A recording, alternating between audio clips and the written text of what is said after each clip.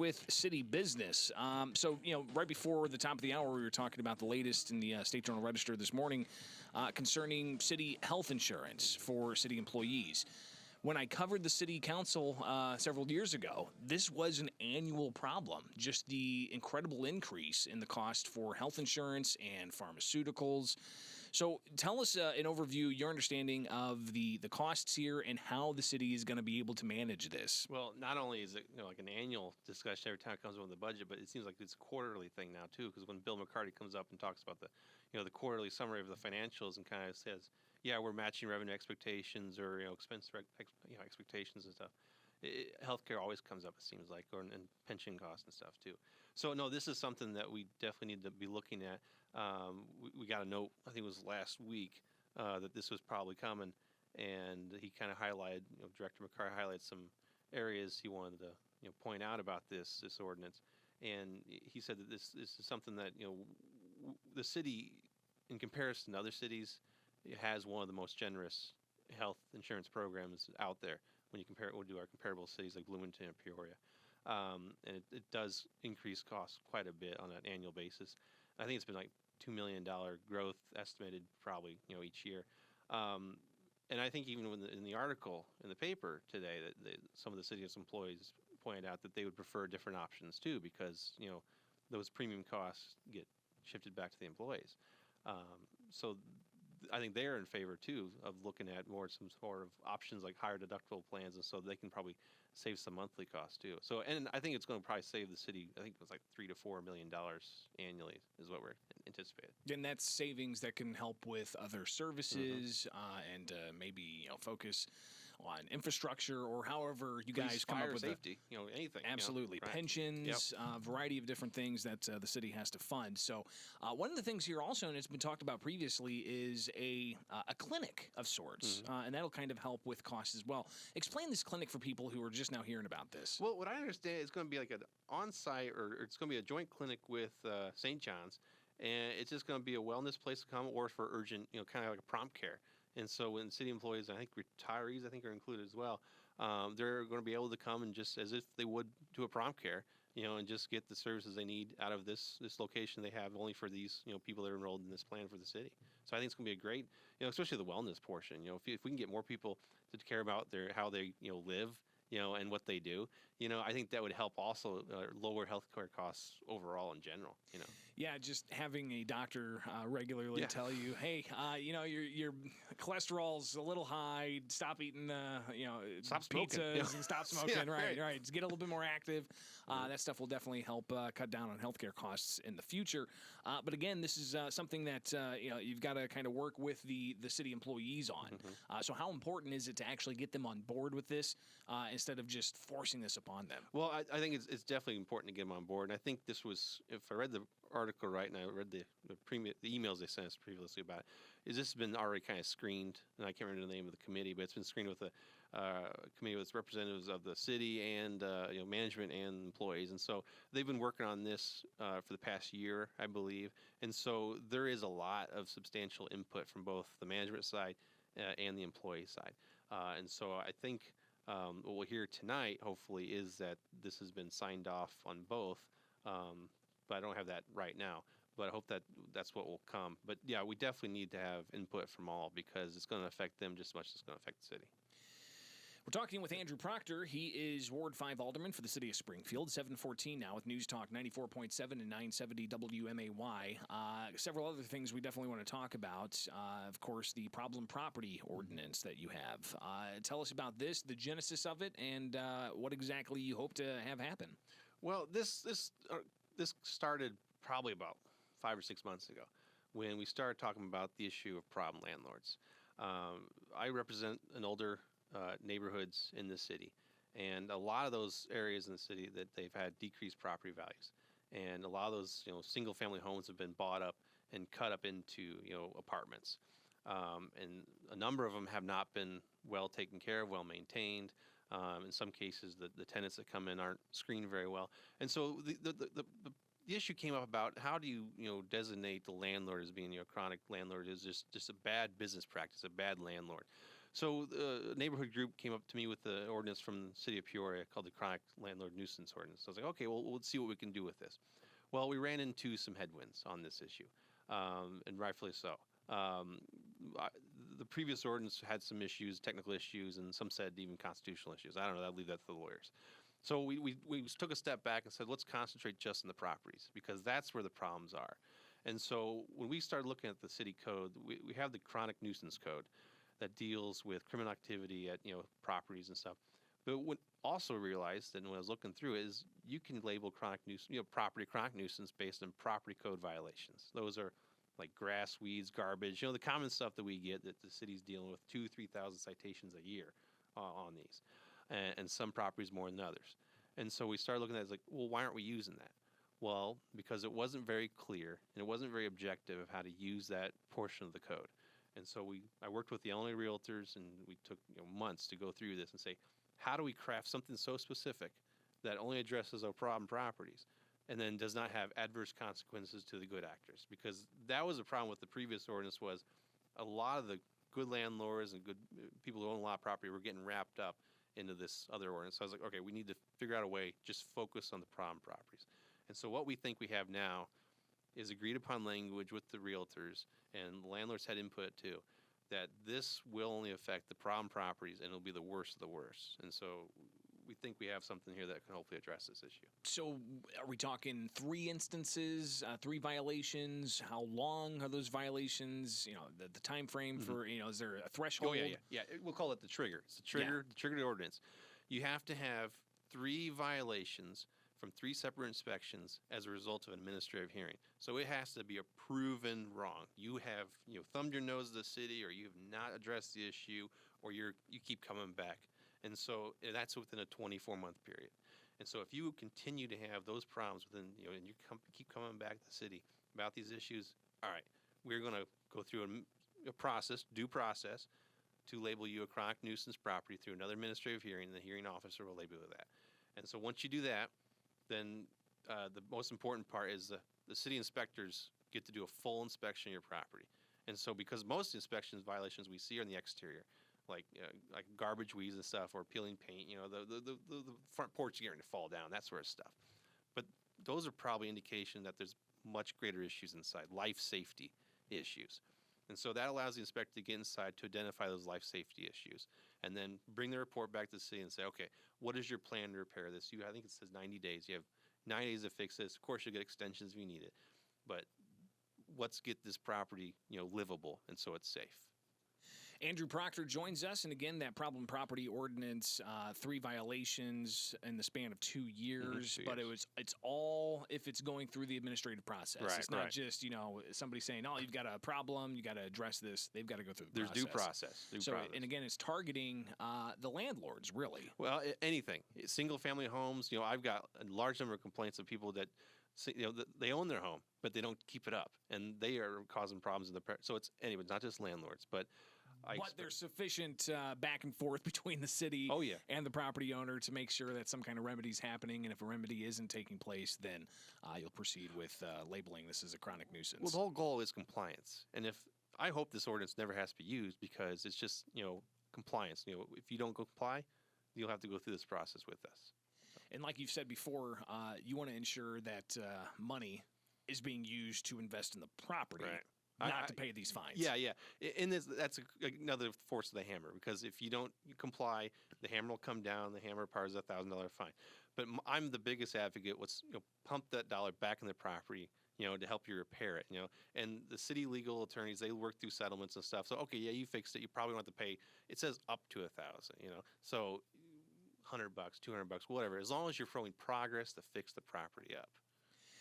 Andrew, can you stick around for another segment? All right, fantastic. Because I want to talk about Hunter Lake a bit and give people an update on that, especially when it comes to purchasing properties and what kind of timeline are we talking about getting this thing actually, 50 years. Shovel ready, right? So stay tuned. More with Ward 5 Alderman Andrew Proctor with News Talk 94.7 and 970 WMAY coming up. But at 7:20, it's time to enjoy Culver's Original or Buffalo Chicken Tenders at Culver's West on Wabash. 10-minute weather guarantee today. We're looking at a high of 79 degrees, mostly sunny skies. Should be nice. Then a low down to 60 with clear skies tonight. Clouds rolling through with a possibility of showers and storms Wednesday, the high up to 73. And then Thursday, we're looking at a high of 58, sunny skies. Right now, about 61 degrees. Depend on us. Local news and local talk on AM, FM, and WMAY.com. News Talk 94.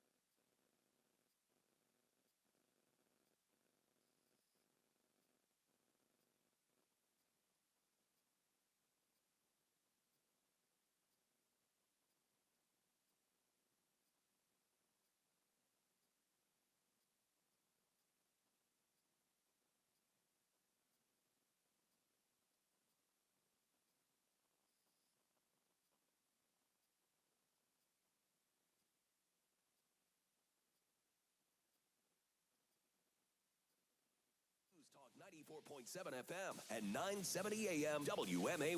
Online at WMAY.com.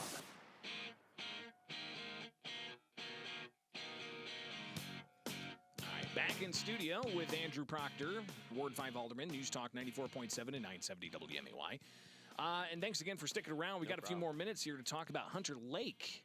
And it seems like we've been talking about Hunter Lake for more than just a few minutes. We've been talking about it for a few decades. Yeah, I think 50 years. So what's the what's the latest? We just purchased some more properties. How are we doing with the Army Corps of Engineers? What's the likelihood this is going to happen before I have grandchildren? I think the status is we're just still waiting on that permit application, saying the Army Corps of Engineers says, yes, this is your best option. And, I think everybody just kind of just give us the indication which way you want us to go. I think there's preference for certain people to do a lake, and there's other people that say do pipelines and quarries and whatever. All that's going to be studied. What was a good thing about what we did last year, and we said we need to refocus on this. Everything was cleared off the shelf and said let's focus on it, clean slate, and let's just look at it objectively.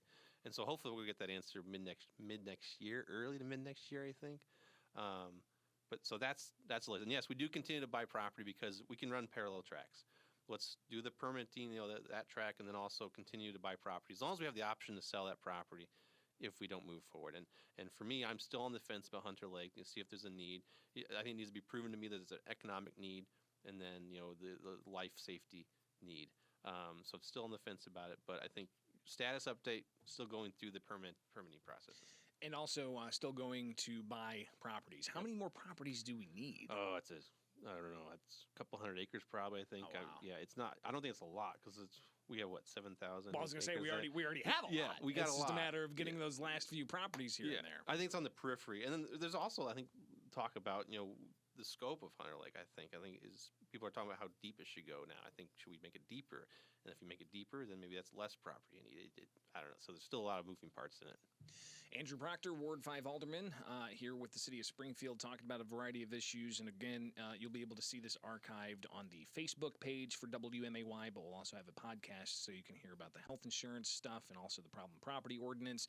So what do you expect to happen tonight at City Hall? Probably a long night because we also got the ordinance about the YWCA Aaron, demolition. you hearing this? Aaron?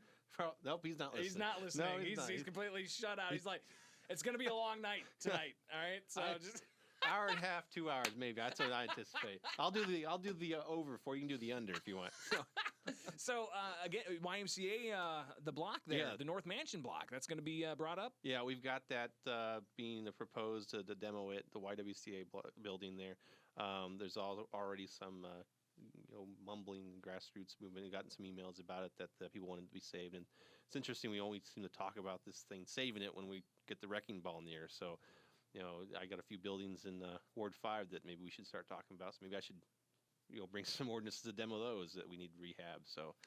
That's one way to spur action, right? Exactly. Get that demo truck pulled up next to it, and then all of a sudden people are going to start talking and say, we need to do something about this except for demoing it. Exactly. What do you think? Of all the ideas that have been thrown out there for the North Mansion block, what do you think should be there? I am leaning more towards a feature for downtown, such as a park. Something that will bring attraction to people downtown. It's one other way to bring people to live downtown and also to bring them downtown. We've got multiple school groups that come and see the museum and stuff. It seems like that bus just pulls in, parks, the kids come out, and then they get back in the bus and they go home. Well, if we had one more, like a Union, people say, well, that's what Union Square Park is for. Well, it's really not. It's just benches, We need something like, if you've ever been to Maggie Daley Park in Chicago, it's a very, very interactive park. A lot of families that go up there. Been there. It's part of Millennia Park. Okay. And when families go up to Chicago, and I got young kids and stuff, we make it a point to go to the Maggie Daley Park. It's a very interactive park, and the kids love it, and it's free. It's great. If we could bring something like that downtown, I think there'd be a draw for all these school kids that come. That's like, hey, once we're done with the museum, why don't we stop by this park, eat our lunch right there? You got the mansion right there, you got the Capitol, and then once they do the Jackson Boulevard, it's all going to be connected right there. It's another historic, aspect of downtown, and it just connects. We got this north part of downtown, we got this south part of downtown. It doesn't really connect very well. So maybe that could help. So do some that. kind of public space that's free to the public, that's easily accessible, Interactive. family-friendly, and interactive. Yes. All right. Well, we'll see if that idea floats to the surface with all the other ideas that are out there. But that's definitely something that's going to be brought up tonight at Springfield City Hall. Andrew Proctor, Ward 5 Alderman, thank you so much for taking time with us this No morning. problem. Pleasure. News Talk 94.7 and 970 WMAY, now 7:30. It's time to enjoy Culver's Original Or Buffalo Chicken